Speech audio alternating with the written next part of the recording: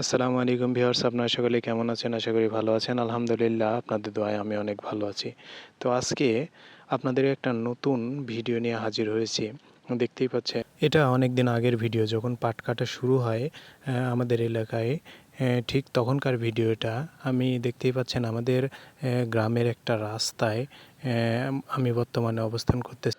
রাস্তাটি ছিল আমাদের গ্রাম থেকে পশ্চিম দিকে একেবারে মাঠের মধ্যে চলে গেছিল। এই রাস্তাটা দেখতেই পাচ্ছেন, কাদামাটি যুক্ত রাস্তা, কাঁচা রাস্তা যাকে বলা হয়। এই যে দেখতে পাচ্ছেন কি অবস্থা এই রাস্তার, বেহাল দশা। আমি মাঠের মধ্যে গিয়েছিলাম মূলত একটা কাজে। তো 500 মিটারের মতো জায়গা হবে। তো 500 মিটারের মতো জায়গা পাড়ি দিতে আমার প্রায় আধা ঘন্টা সময় লেগে গিয়েছিল। দেখতেই পাচ্ছেন এক হিঁটু পরিমাণ কাদা, যেখানে পা দিলেই ঢুকে যায়। কৃষকের জন্য দুর্ভোগ বলতে পারেন, এক রকমের ভয়ানক রাস্তা এটা।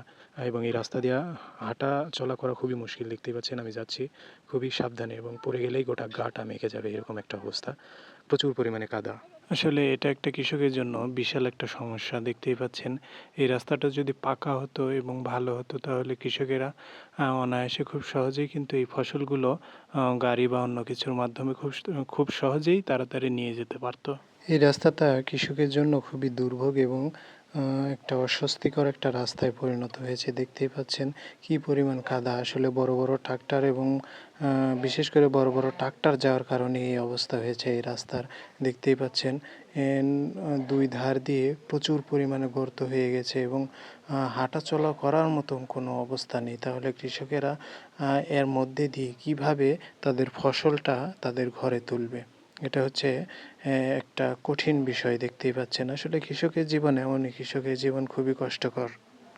তাই আমাদের গ্রামের যারা মাথা মুরব্বী এবং যারা গণ্যমান্য ব্যক্তিবর্গ যারা আছেন, তাদের কাছে আমার আকুল আবেদন, আপনারা আমাদের এই গ্রামের যে পশ্চিম দিকের যে কাঁচা রাস্তাটা রয়েছে, দ্রুত এই রাস্তাটা সংস্কার করবেন। এবং সরকারের কাছে আকুল আবেদন, আপনারা আমাদের গ্রামের এই রাস্তাটা সংস্কার করে দেবেন, পাকা করে দেবেন, যাতে আমাদের কৃষকদের জীবনযাত্রা অনেক সহজ হয় এবং কৃষিকাজ অনেক সহজ হয়ে ওঠে।